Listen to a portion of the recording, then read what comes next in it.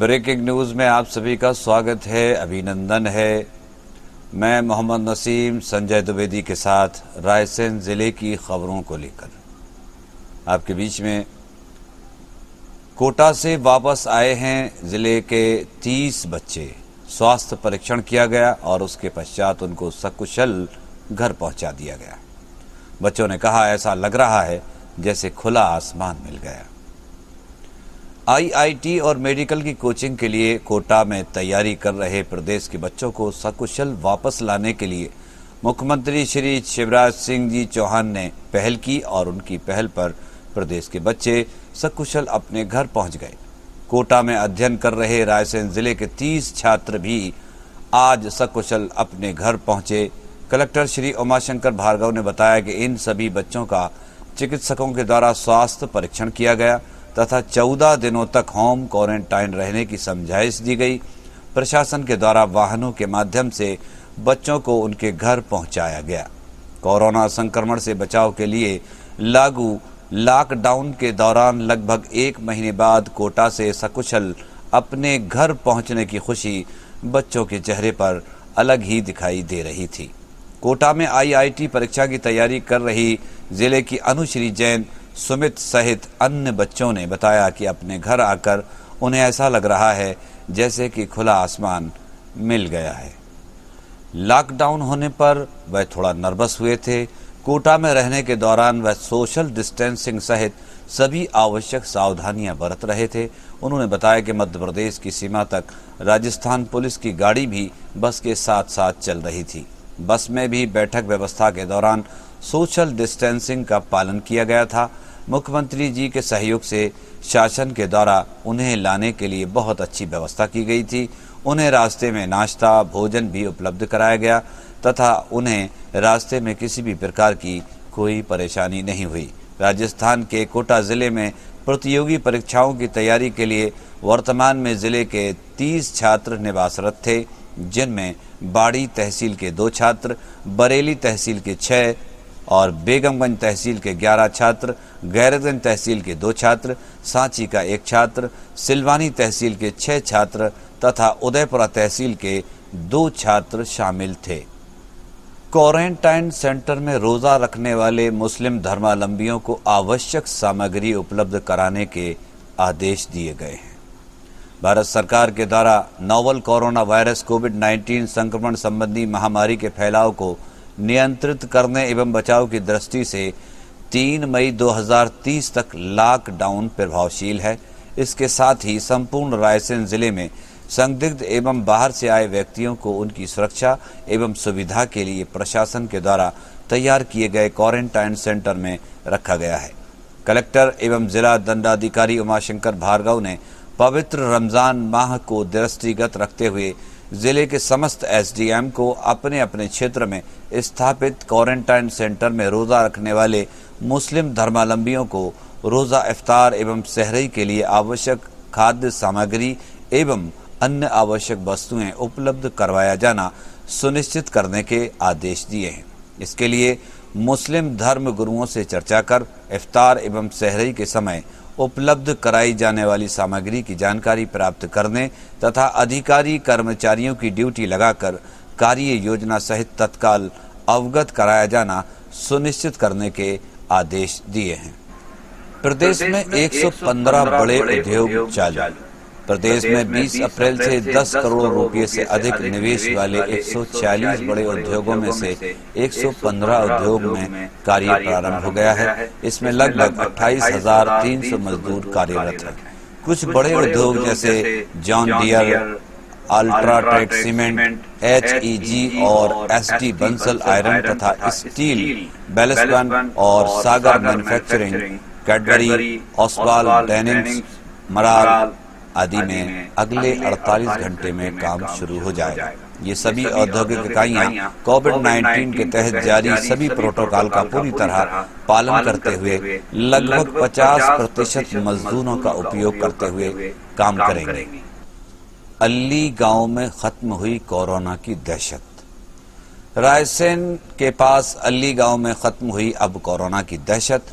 स्वास्थ्य विभाग ने ग्राम अल्ली में ग्रामीणों के सहयोग से पूरा किया है जांच का सर्वे। आपका मिजाज कैसा लगा? गाँव वालों से कोई तकलीफ तो नहीं हुई आप लोगों को? बिल्कुल नहीं, बिल्कुल नहीं। मैडम उस दिन जो हम लोगों के बारे में, गांव वालों के बारे में जो गलत अफवाह उड़ाई गई थी, हमारे साथ डॉक्टर साहब भी हैं, साथ में अजान थोड़ा डॉक्टर साहब आप भी अपना इंटरव्यू देते थे, क्योंकि हम लोगों ने ऐसा कुछ नहीं किया था, लेकिन डॉक्टर साहब वगैरह भी थोड़ा कुछ प्रेशर में थे, क्या था हमसे गलती हो गई या इनसे गलती हो गई। हम लोग सब इसकी तरफ से माजरा चाहते हैं, गांव वालों की तरफ से अगर हमारी तरफ से कोई गलती हुई हो हम लोग माजरा चाहते हैं, और हम डॉक्टर साहब से भी कहते हैं इसको पूरा वो करते हैं। नहीं, आज पूरे गाँव ने, आप लोगों ने बहुत अच्छा सहयोग किया है और सभी टीम ने मिलकर पूरे गांव का सर्वे अच्छे से किया है। आप सबके सहयोग के बिना ये संभव नहीं था। आज आपने बहुत अच्छा सहयोग किया, उसके लिए हम आपके आभारी हैं, धन्यवाद। सर उस दिन आपसे किसी ने क्या गलत बोला था गांव के? नहीं, गलत कुछ नहीं बोला था। हम लोग लगभग 3-3.5 घंटे रुके थे, आपसे ही बात हुई थी, गांव के और भी लोगों से बात हुई थी, पर हर लेवल पे आप लोग तैयार नहीं हुए थे, इसलिए टीम वापस गई। फिर आखिरी में सब लोग, पूरे गांव के सब लोग मिलके आप लोग आए थे आपके साथ में, आपसे बात चल रही थी, कौशल अली साहब से बात चल रही थी, जो कन्फ्यूजन थे वो सब दूर हो गए हैं। गलत फहमियाँ हो गई थी। आप इसका मत करिए।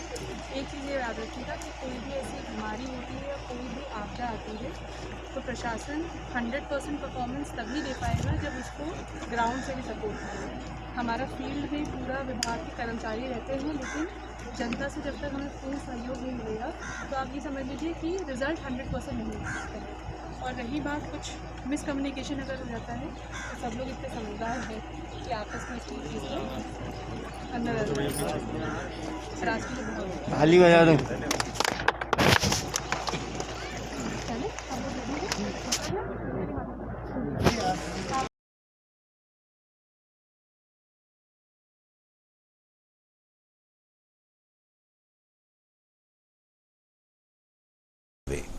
अल्ली एवं इस्लाम नगर के लगभग सभी घरों में जांच की गई।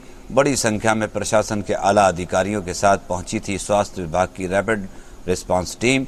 गांव के 10 लोगों को कोरोना पॉजिटिव आने के कारण गांव में था दहशत का माहौल। 2 दिन पहले कोरोना की दहशत के कारण स्थानीय ग्रामीणों ने जांच के लिए किया था मना। प्रशासन की ओर से एसडीएम मिशा सिंह के नेतृत्व में आज बातचीत कर ग्रामीणों ने बनाया सौहार्द का माहौल। कोरोना पीड़ित मरीजों के परिजनों का भी सैंपल लिया गया है। कलेक्टर ने उपार्जन केंद्रों का निरीक्षण कर व्यवस्थाओं का लिया जायजा। उपार्जन कार्य के दौरान सोशल डिस्टेंसिंग का पालन करने के दिए निर्देश दिए हैं। जिले में न्यूनतम समर्थन मूल्य पर गेहूं खरीदे के लिए बनाए गए केंद्रों पर उपार्जन कार्य किया जा रहा है। नोवल कोरोना वायरस संक्रमण से बचाव के लिए कलेक्टर उमाशंकर भार्गव के द्वारा उपार्जन केंद्रों पर सभी आवश्यक व्यवस्थाएं सुनिश्चित करने के निर्देश दिए हैं। कलेक्टर श्री भार्गव के द्वारा स्वयं भी उपार्जन केंद्रों का निरीक्षण कर समर्थन मूल्य पर गेहूं उपार्जन कार्य तथा सोशल डिस्टेंसिंग सहित अन्य व्यवस्थाओं का निरीक्षण किया जा रहा है। जिले में 27,003 लोगों की मेडिकल स्क्रीनिंग की गई है और 17,262 लोग होम क्वारंटाइन हैं। जिला अस्पताल से 23 संदिग्ध मरीजों के सैंपल जांच के लिए एम्स भोपाल भेजे गए हैं। जिले में अभी तक नोवल कोरोना वायरस कोविड-19 संक्रमण के कुल 26 पॉजिटिव मरीज मिले हैं। कोविड केयर सेंटर रायसेन में 17 मरीजों को रखा गया है।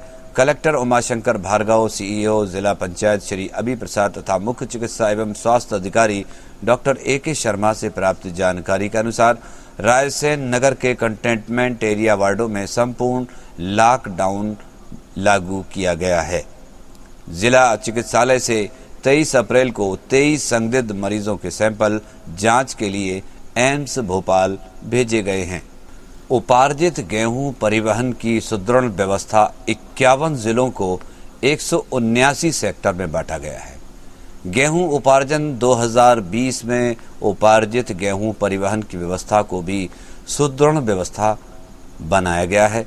प्रमुख सचिव खाद्य नागरिक आपूर्ति एवं उपभोक्ता संरक्षण विभाग शिवशेखर शुक्ला ने कहा है कि गेहूं का परिवहन तत्परता के साथ किया जा सके, इसके लिए प्रदेश के 51 जिलों को 179 सेक्टर में बांटा गया है। परिवहन की जिम्मेदारी राज्य नागरिक आपूर्ति निगम और मार्कफेड को दी गई है। उपार्जन केंद्रों पर 31 मई और सौदा पत्रक से 30 जून तक होगी फसलों की खरीदी। मुख्यमंत्री श्री चौहान ने किसानों को भेजा मोबाइल संदेश।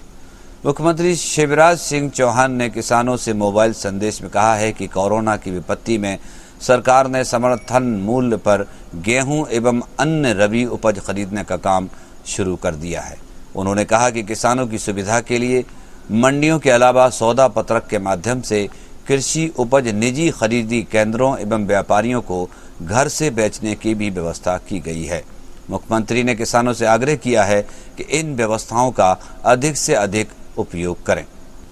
साथियों, कोरोना महामारी से हम सभी जूझ रहे हैं और प्रशासनिक सेवाएं देने वाले समस्त के समस्त उसमें रात दिन मेहनत करके हमारी सेवा कर रहे हैं। उसी तरह नगर पालिका बेगमगंज के समस्त प्रशासनिक अधिकारी, चाहे वो सीएमओ हो, चाहे वो बाबू हो, चाहे सफाई कामगार और नगर पालिका की कचरा वाहन की गाड़ियों को चलाने वाले ड्राइवर हों, सारे के सारे रात दिन मेहनत करके हम सभी की सेवा कर रहे हैं। हालांकि वो उनका कर्तव्य है, लेकिन कर्तव्य करते हुए अगर जान जाने का खतरा हो और उस खतरे के बाद भी वो अपनी सेवाएं प्रदान करते रहें तो उनका उत्साह बढ़ाना आवश्यक है और उनका सम्मान करना भी हमारे लिए आवश्यक है, क्योंकि उनकी सेवाओं के बाद ही हम अपने घरों में कैद नहीं हैं बल्कि सुरक्षित हैं और सुरक्षा महसूस कर रहे हैं। चाहे पुलिस व्यवस्था हो, प्रशासनिक अधिकारी हों, चाहे नगर पालिका के कर्मचारी और अधिकारी हों, वो अपनी सेवाओं के लिए धन्यवाद के पात्र हैं। आज नगर बेगमगंज के प्रेस क्लब ने नगर पालिका के समस्त अधिकारियों का, बाबुओं का और समस्त कर्मचारियों का हार फूल डाल करके उनका स्वागत किया, अभिनंदन किया और उनका उत्साह बढ़ाया है और उनका शुक्रिया अदा किया है।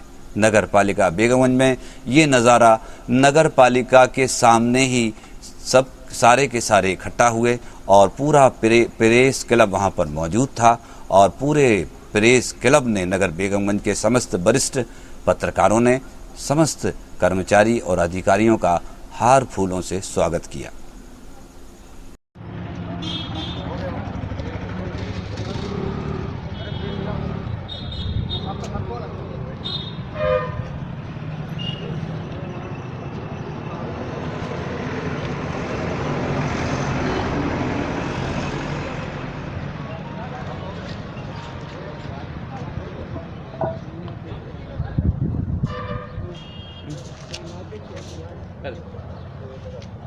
फोटो में सही नहीं आ रही, सही नहीं आ रही।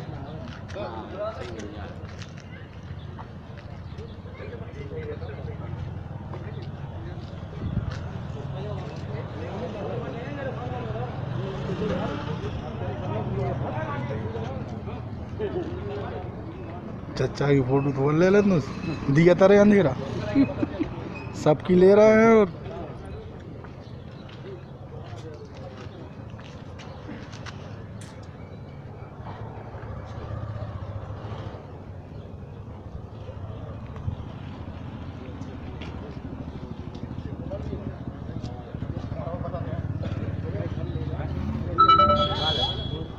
अरे हार भी तो देते जाओ राशिद भाई, हार भी तो डालो।